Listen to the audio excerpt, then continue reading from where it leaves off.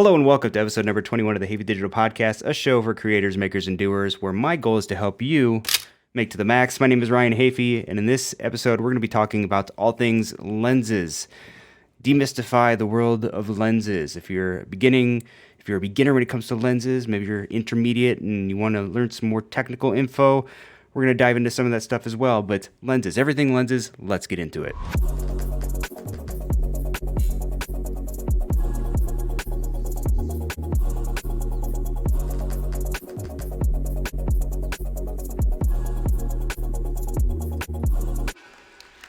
Welcome to the show, everybody. Episode number 21.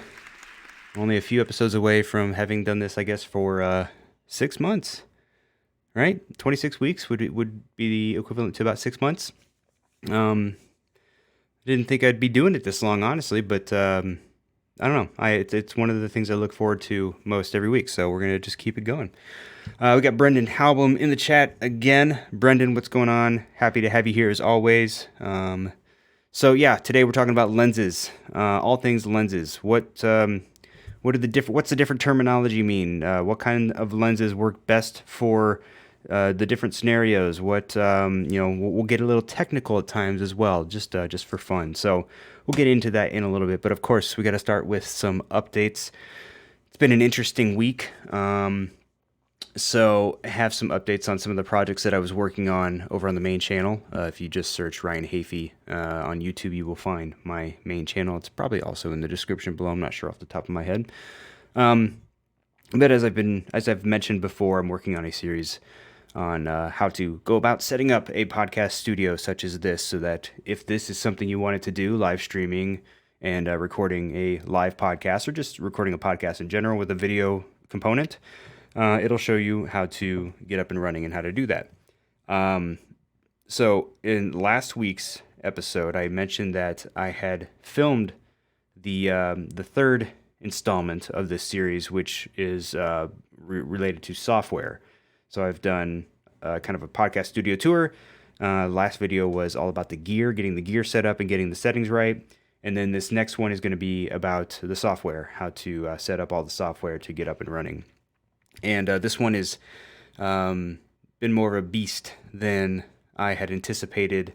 But what happened was I recorded last week on, I think, Saturday. Recorded everything, got it all done. I was excited. I started editing things together, and then I realized that there were two issues with the footage that I captured. Issue number one was that the audio was clipping. So, obviously when I'm doing this podcast, I'm listening with headphones so I can hear if I'm having any audio issues. I decided to record the podcast software video without any headphones. I thought I had my audio dialed in the way that I wanted to ahead of time.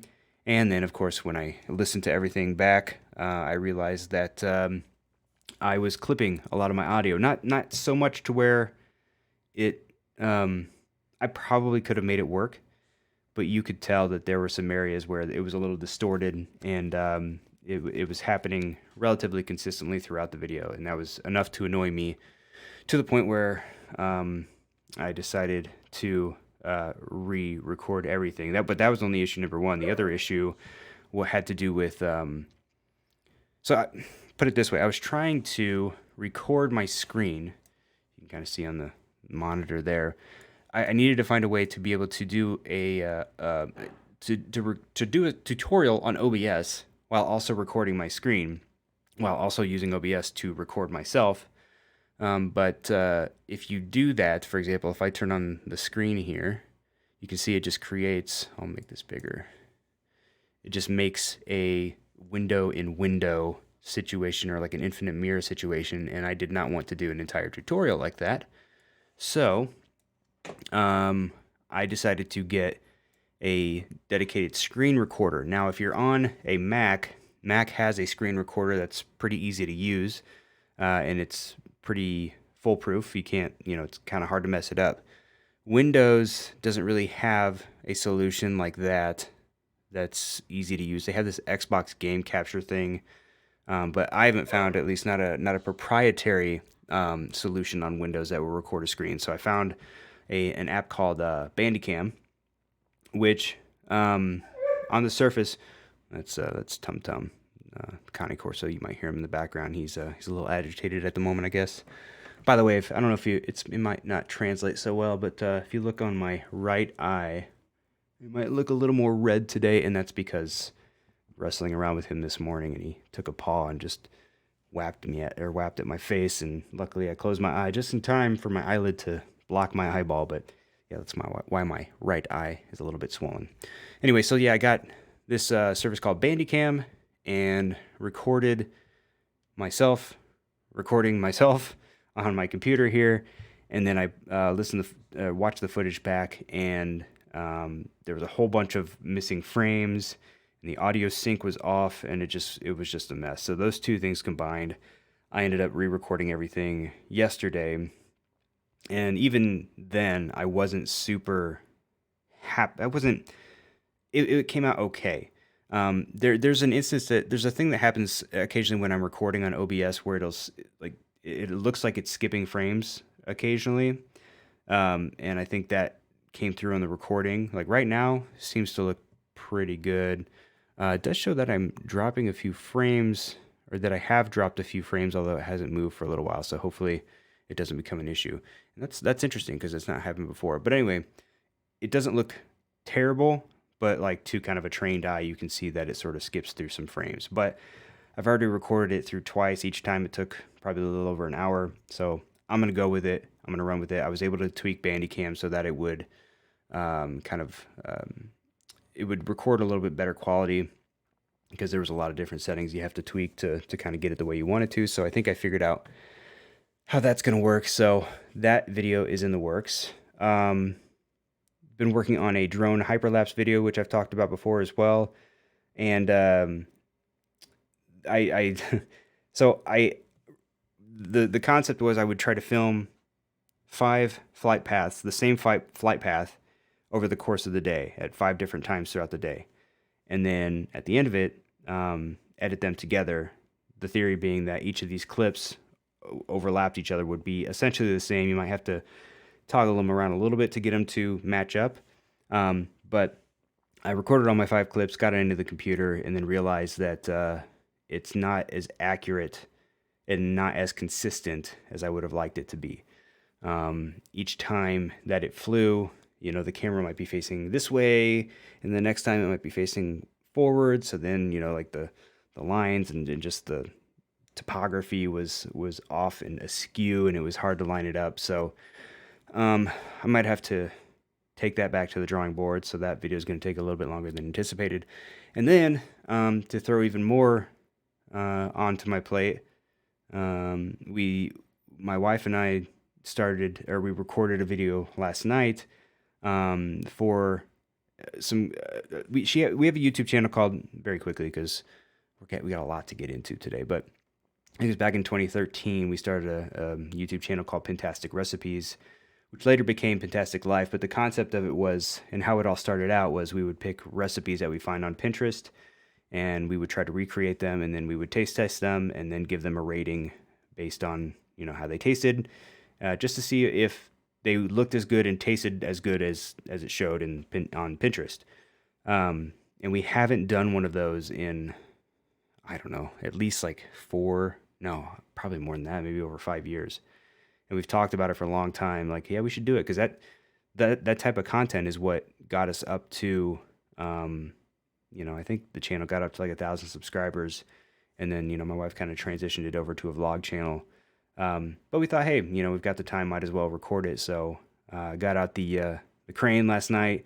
I remember when we were recording them before, I was shooting on a Canon T3i, which is, it's just all manual focus for video, and we didn't have any cool lighting set up. This time, brought out the soft boxes, and got the Zion crane, so I had a gimbal, nice stable footage. Had a second camera angle set up and everything. Had my wife mic'd up using a lav mic. So hopefully the production value of that will be cool. So that's another project that I am working on, and I have no idea when any of them will be completed, but I'm going to work through them as much as I can. I'm going to grab a little sip of water. And while I do that, be sure to hit subscribe if you have not yet subscribed to the channel, and be sure to also follow me on social media at Ryan Hafey on Instagram and Twitter. Come have a chat. I don't bite. Let's have a conversation. So, yeah, it's been a productive week, and hopefully I can just kind of keep that going because I've got some projects to finish up, and I want to get them done sooner rather than later. So anyway, with that out of the way, let's move on to the topic at hand, which again is lenses. I want to talk about really just everything that I know about lenses. And for anyone who happens to be in the market for a new lens, or maybe is new to buying lenses and is not sure what to get, or, maybe you're just interested in some of the technical aspects of lenses, we're going to try to get into that today. So when it comes to lenses, when you think about lenses, there are typically two types of lenses that people primarily think about, and that's prime lenses versus zoom lenses. And zoom lenses, as you might imagine, are lenses that can zoom in and out. So this, for example, is a 24 to 70 millimeter lens. The focal, that's the kind of the focal range. And you can zoom in to 70 millimeters. You can zoom out to 24 millimeters. Pretty self-explanatory. Versus a prime lens, which is something like this. This is the Sony, here, we'll do this here. This is the Sony 135G Master. This is a prime lens because it only has one focal length, and that focal length is 135 millimeters. You cannot zoom in and out with this lens. If you want to get closer or farther away from a subject, you have to move with your feet with a prime lens. Pros and cons, there are pros and cons of both. A pro of the zoom lens is obviously you have more versatility. You can zoom in and out.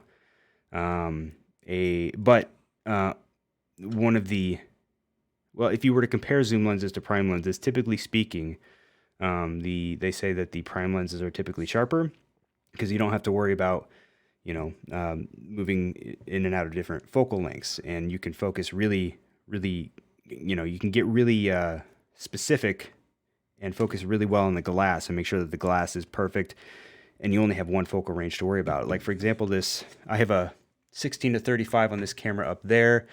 And, at 16 millimeters, which is a super wide angle, it's going to be very wide. You might see some diffraction or some, bending and things like that, and some warping on the edges at 16 millimeters versus 35, which is much tighter. So, yeah, it's good either one. It really depends on your purposes. But I like having a little bit of a collection of both. I think, though, if I had one choice, I would probably fall back on zoom lenses just because I like that versatility, and I'm willing to potentially give up a little bit of that lens quality if I need to. And by the way, it is hot in Vegas, and it's hot in this office. So this is a chance that I'm going to be sweating today, even though I have the air conditioning on. Don't know what's going on, but whatever. We're just going to run with it because we're here now, and we're gonna power through. So within prime lens category and zoom lens category, you have other lenses that you may hear about from time to time. You have macro lenses, you have tilt shift lenses, probe lenses, you have wide angle lenses, you have telephoto lenses. So we're not going to go in depth into all of them, but macro lenses, for example, are lenses that you would use to they have a short minimum focus distance, meaning that you can get in real close to something and be able to focus on that and get like a nice tight shot, versus, say, a non-macro lens, which typically requires a longer distance in order to be able to focus on something. And then probe lenses, these aren't quite as common, but there's some creators on YouTube have been making some content around these lately where it's just it's about this long, and it just looks like a little tube, but it's also a macro lens, I believe, and it allows you to get in to really small spaces and kind of get these cool perspectives that you couldn't get from a big lens like this. And then tilt shift lenses, a lot of people, that's kind of like that miniature effect you might see in some photos. Also, a lot of people use tilt shift for architecture photography to kind of straighten lines and things like that. I've never used a tilt-shift lens. I have no experience with them, but you know, they're pretty cool. They produce some pretty interesting photos. Wide angle lenses, that refers to the angle of view. So with a wide angle lens, you're going to see a lot more in your frame versus a telephoto lens, which is going to have it's going to be focused more. You're going to be zoomed in more on whatever your subject is, and it's going to be a much more narrow field of view. So wide angle, telephoto. So let's talk about focal length for a little bit. And again, I'm going to kind of go back and forth between some of the beginner stuff and then, you know, some more advanced things like that when it comes to lenses. But focal length is measured in millimeters. There's Dum-Dum. And basically, it's measured in millimeters, and it's measuring the distance. I had to write this down so I can remember it correctly. Distance from where light rays come together to form a sharp image of an object to the sensor. So that distance from the where the rays come together to make a sharp image between there and the sensor of the camera. That's known as the focal length. So if you have a longer focal length like this one, which is the Sony 135 millimeter, it's going to have more of a telephoto look, and it's going to appear much more zoomed in on the subject, versus if you have, let's say, something like this, which all the way zoomed out to 24 millimeters, is going to give you a much wider field of view. Yeah. So that's focal length, just to kind of clear that up in case anyone's curious. Aperture is another aspect of camera lenses. Brendan says, love my 100 millimeter macro lens for product photos. I don't own a macro lens, unfortunately, and I want one. I've wanted one for a while, but I guess I don't really need one. I just kind of want one. Every now and then I'm like, you know, it'd be kind of cool to like take like a really close up photo of like my eyeball or something. I don't know, but in order to do that, I need a macro lens. I guess I could get a macro tube, and those are little extensions that you can put on your existing lens that will move the lens a little bit farther away from your sensor to allow you to kind of convert your lens into a macro lens. And those are a lot cheaper. Might degrade your quality a little bit, whatever. But one day I'll get a macro lens and have some fun with it. So yeah, let's talk about aperture a little bit. Aperture is like your eye's pupil. The aperture resides within your camera. Whoop. So this is the 135 millimeter, and I'm going to see if I can illustrate this a little bit. Actually, I lied. I'm going to close that one up. So this one is an 85 millimeter. This is a Rokinon Cine lens, and you can kind of see as I open here. Let's bring it up. You can see as I open and close that's the aperture inside the lens there. Now, on a lens like this, typically lenses will have aperture ranges. So this one will go anywhere from f1.8 up to f22. f1.8 is going to be a very wide aperture, and I'm not going to get into, you know, with aperture, obviously a wide aperture, you're going to let in more light. It's going to create a more shallow depth of field, and the inverse is true if you have a deep depth of field. I did a whole podcast episode on this. Feel free to check that out if you want to. But yeah, the different lenses are going to have different aperture ranges. So this 135 here has a maximum aperture of f1.8. Typically on lenses like this, you won't see an aperture ring.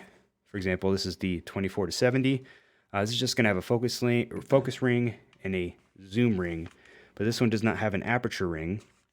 This one just so happens to have it, and I actually like it like that because you can kind of dial it in. Also, this one's pretty cool in that it has a declicked aperture. So if you turn this little guy off here, you can turn the aperture ring, and it's just going to do it nice and smooth. It's not going to click in and out of each value. But yeah, so the lower the F number, and by the way, the aperture is calculated. Like again, I had to write this down because I always forget this this equation. But f-stop, which is just the letter F / and then the number. It's usually 1.8, 2, 2.84, 5.6. It usually goes in those types of increments. But it's the focal length of the camera divided by the diameter of the aperture. So this would be 135. And then if you have the aperture opened wide open, you would take 135 divided by the aperture, or the diameter of the aperture, and that would give you a value of 1.8. So it's just an equation when it comes to f-stop. Now, what's interesting is when you get into like cinema lenses. So this is a cinema lens. Technically, this is really just it's a Rokinon Cine lens, which is just kind of a cheaper version of like it's just a cheap, affordable version of a cinema lens. And I don't have a ton of experience with cinema lenses other than these that I own here. From what I understand, basically all of them are manual focus, and that's partly why you have these little ridged focus and aperture rings on them, because you can hook up little mechanisms that will allow you to remotely turn these and focus pull from another location. But what was I getting at? What was I talking about? Oh yeah. So on lenses like these, which are primarily photography, or at least they're geared towards photographers for the most part. I mean, they're great for video, but a lot of people will use these for photography.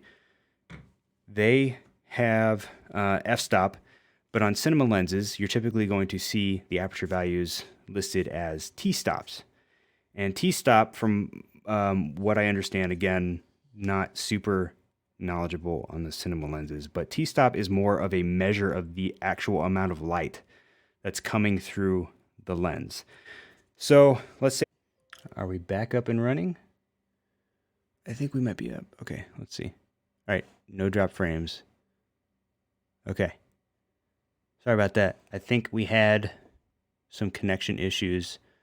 I'm going to wait to get back up and running until I see YouTube Studio here showing me moving. And I know there's a little bit of a delay there. There we go. Okay. I had to turn on Wi-Fi, which is really weird. Anyway. Yeah, sorry for the shoddy connection there.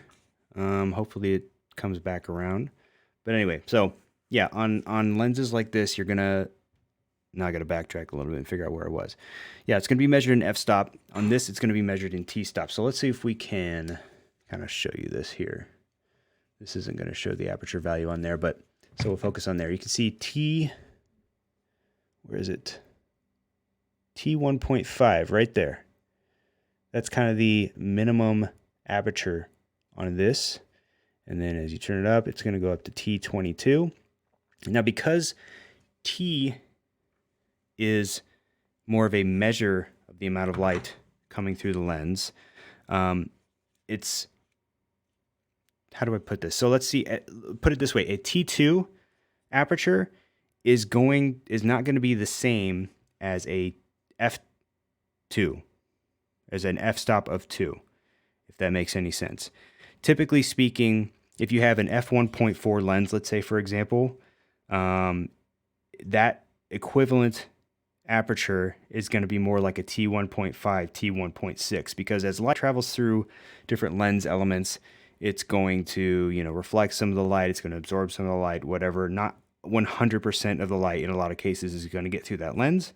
So the t-stop value is typically going to be higher than its f-stop counterpart, if that makes any sense. So something interesting to keep in mind. So do I. What comments when I'm thinking you went? Okay. Jiffy's, you did. I have no idea how to say your name, and your comment really isn't relevant to anything I'm doing here. But I guess thanks for leaving the comment. Appreciate it. Just wanted to tell you how I'm feeling. I think those are song lyrics. Anyway, so yeah, f-stops are a formula. T-stops are more of a actual measure of the amount of light that makes it through the lens. A T-stop, yeah. So T-stop is the f-stop value divided by the square root of the lens transmittance. Again, the amount of light that the lens sends through. Not that that's really that important or that it needs to be remembered, but just some interesting information nonetheless. You might also find too, if you get certain lenses, that it has a aperture range depending on how far in you were zoomed. So for example, a lot of I'm wondering if those, no, I don't think I have any here like that, but if you buy like any like the 18 to 55 millimeter Canon lenses that come on, they're kind of like just the kit lenses that you might buy with a Canon camera kit. Those typically have like an aperture range of, starting at 3.5 is their maximum aperture. And then when it's all the way zoomed in, it might have an aperture of 5.6. And, why that is gets a little bit beyond me as far as the technicals. I imagine just, how the lens constructed and a little bit of math involved and stuff like that. But that's something to consider as well. So one of the interesting things that you learn when you first start using lenses, a lot of people like to, when they first get into photography and video, is they'll pick up a crop sensor camera. I did the same thing. Full frame cameras are typically a little bit more expensive than the crop sensor cameras. But most of the time when you hear about lenses, lenses are designed, a lot of the popular lenses are designed primarily for full frame cameras. This one here, the only crop sensor lens that I'm currently using is this one right here, which is obviously, let's see, yeah, you're not going to be able to see that. But it's just a little guy. It's a Rokinon. Also, it's a Rokinon 12 millimeter cine lens. If I tried to put that lens on a full frame body, such as the Sony A7 III, it would give me some vignetting around the outside. It wouldn't look good. So we don't put that on there. But the interesting thing, and we'll try to do a little illustration here. So I'm going to use a little flashlight. Let's see if we can make this happen. It might help if I take out the lens cap there. So there you go. Okay, so if you shine light through a lens, on the other side of that lens, here, maybe this will be better. You can see that little dot on the keyboard there, that is the image circle. So that is what projects onto the sensor of whatever camera you are using. So, oh, there goes Tum Tum again. So, to illustrate this point, I'm going to grab a pen here, and we're going to zoom in. All right, so let's say this is your image circle. So what I'm trying to illustrate here basically is why you may want to consider, if you have a crop sensor camera, why you may want to consider getting a crop sensor lens, a lens designed for a crop sensor camera, versus getting a lens for a full frame camera. So back to here. So let's say that this is the size of the image circle that shines and hits the sensor of whatever camera you're using. Now let's assume that this is a full frame sensor right here. Not exactly true to scale or dimensions, but you get the idea. So we're going to put right up here, full frame, FF. So this full frame sensor is going to capture as much of this image circle as possible. But if you were to put this same lens that creates this same size image circle on a camera with a crop sensor lens, let's say the crop sensor is only going to be about crop sensor. So the crop sensor is only going to be about this side, which means that there's going to be all this other stuff outside of it, all this other detail that it's not picking up. And that can do two things. Number one, it's going to give you the impression that you're zoomed in a little bit more, and you're not actually zooming in.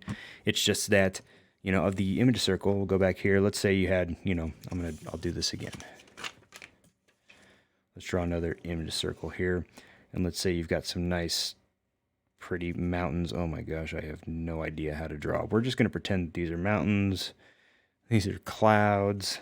And, some green pastures, whatever. I can't draw for shit. Anyway, so if you have a full frame camera, you're going to capture all of this in the frame there. But if you have a crop sensor, you're only going to get maybe part of the mountain and a little bit of the sky and a little bit of the ground. You're going to be missing out on a lot of what what could be in the frame, but you're not zooming in. You're just capturing less of that image circle. So that's the first thing to consider. Now, I've used full frame lenses on crop sensor bodies for a long time, and it's fine. But another thing to consider is that typically, and you may see conflicting things on this, but when you put a full frame lens on a crop sensor body, you are going to lose a little bit of sharpness. Now, kind of a counter argument to this is that, well, lenses are typically sharper in the center. So you would think that if you had a crop sensor lens and it's picking up the very center of that image circle and not where it could potentially be a little bit warped on the outside edges there, you would think that it would make for a sharper lens. But something to consider is that there's all this other detail and all this other light on the outside that's not being picked up by that crop sensor lens.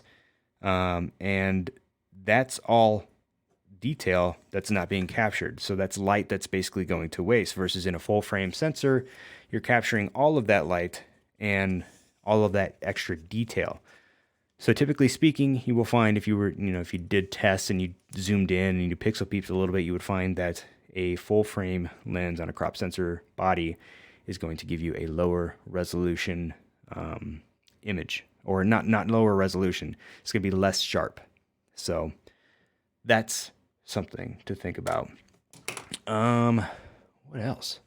Yeah, so I'll just take you through the lenses that I currently have in my collection, and then let's talk a little bit as well about, depending on what you do, what kind of lens should you buy. So this right here is a 24-70.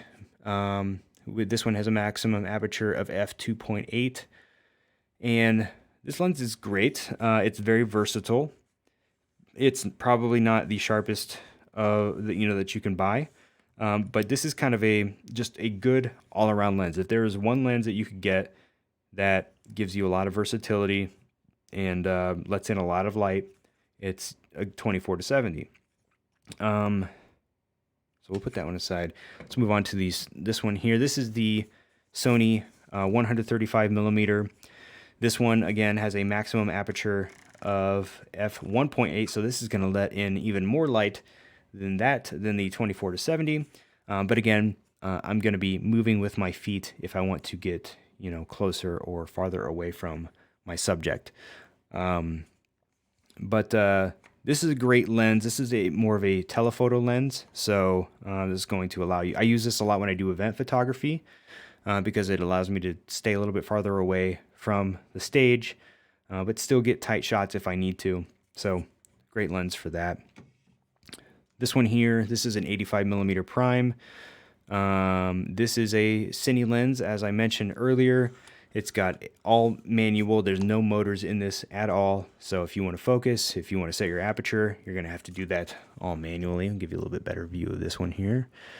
But the aperture on this one goes all the way to T1.5, which is probably roughly an f1.4 equivalent. So you can see how big that aperture will get. So that's going to let in a lot of light, and it's also going to allow for some nice silky shallow depth of field. This lens, I want to say, is maybe, I don't know, between $400 and $500. These lenses are very inexpensive and pretty good for the value. But yeah, if that's something you're interested in or into, I would actually recommend, if you don't own a manual lens, you should buy one and just practice with manual focusing. And I found there's a couple different ways you can do it. You'll notice here on this lens, I have a little F and C. I was trying to get into the habit of practicing with manual focusing for a while, and the F basically just means far, the C means close. So if I want to focus far away, I know to turn it in this direction. If I want to get focused to things that are closer to me, I'll turn it clockwise. So it's a good skill to have. Also, these lenses will have little indicators on them. So, for example, there's kind of the line for this is your focus ring here, and this will tell you in feet or meters how far away you're focusing. So, if you want to focus on something that's 10 feet away from you, in theory, you would line it up with the Siri thinks I'm talking to her. You would line it up with the number 10 there. Stuart Wallace in the chat. Great to see your passion profession from a different perspective and sharing it out. Bloody complicated for my little head, but you are sharing impressive knowledge and presentation of it. Well done. Stuart, thank you so much. By the way, Stuart is a fantastic artist who I had the privilege of working with for a relatively short period of time a few years back. Very interesting guy. And I need to find your Instagram handle. Not that too many people are watching, but I want to give you a plug because I keep telling you all the time. Stu_art_wall_ace. Go check him out on Instagram. Look at his work. Your stuff is amazing, and I'm glad that you are here with me today. So thank you very much. So yeah. Oh, great. I'm getting another low bandwidth error there. Hopefully I don't lose connection again. But anyway, so yeah, so there's a couple different ways you can do it. You can focus by eye, or if it helps you, if you can kind of guesstimate how far away things are from you, you can use the little indicators on the lens there and use that to focus. So a couple different ways to do it. This is another Rokinon Cine lens, and I don't use these Cine lens all too often. Usually special use cases, but again, they're so inexpensive. They range anywhere from like $300 to $500 typically. So I enjoy using them. But this is a 35 millimeter prime lens. This one also has a maximum aperture of t 1.5. This one's going to be a little bit longer, obviously, as you can see here. And the same thing applies here. Now, if you look, the t aperture on this lens, the maximum aperture is the same as this lens here, but they are very different lenses. You'll also notice that the apertures on the inside appear much different. So this is at maximum aperture for this lens, and this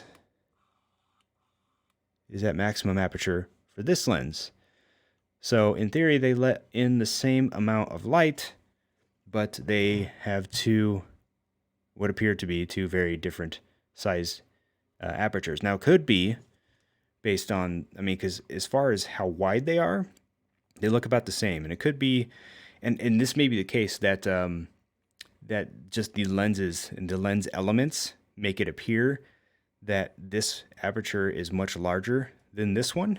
But yeah, it's just kind of interesting to see how the light changes and moves and adjusts and does all sorts of funny things when it goes through all those different lens elements.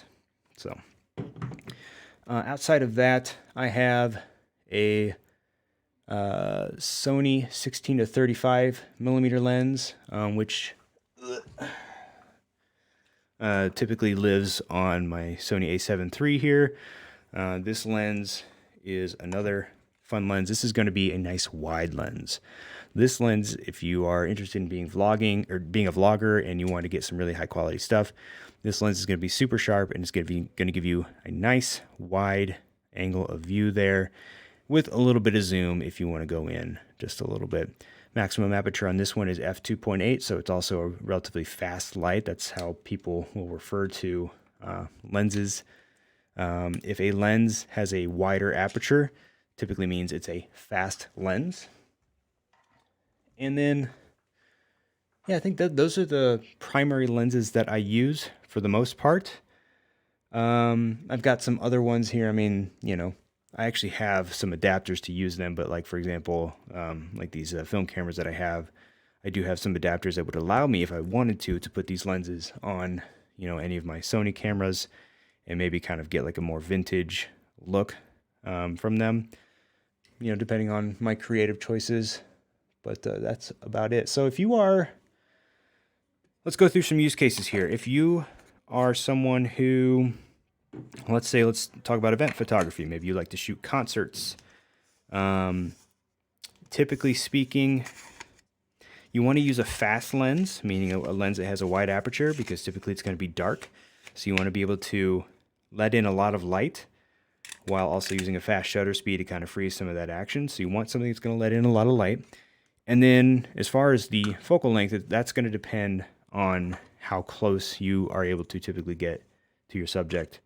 I shot a rock concert once where I was able to get literally right at the foot of the stage. And for that, I used a pretty wide angle lens. And then there were other times, there's a charity event that I shoot, when it's going, obviously not going at the moment, but it's called Monday's Dark here in Las Vegas. And for that, I typically shoot with this 135 because it allows me to get a little bit farther away from the stage. I don't need to be right up underneath, and there's actually people that sit right up at the foot of the stage. So I don't always have the luxury of getting up so close. So typically I'll throw this on the camera, take a few steps back, and get some shots from that perspective. But again, this is a very fast lens, so it lets in a lot of light. Let's say you're shooting sports. If you want to shoot sports, typically, once again, you will usually, well, at least in the case of boxing, you want to find a fast lens because you're going to be ringside, and because you're going to want to be turning up your shutter speed so high, you're going to typically want a fast lens. So you can open that aperture pretty wide, crank up that shutter speed, but still have some light coming in, to where you need to crank up the shutter speed to freeze the action, but that's going to reduce the amount of light that hits the sensor. So that's why you need a nice fast lens. If you're shooting boxing, you're going to want something with a relatively wide angle. If I could only choose one lens for shooting ringside, I would choose this 24-70. Again, just because it's a relatively fast lens and because it's got that kind of nice focal length, range. 24 millimeters is relatively wide, and at least on a full frame camera, and 70 millimeters will get you tight enough if, let's say the fighters are on the other side of the ring from you.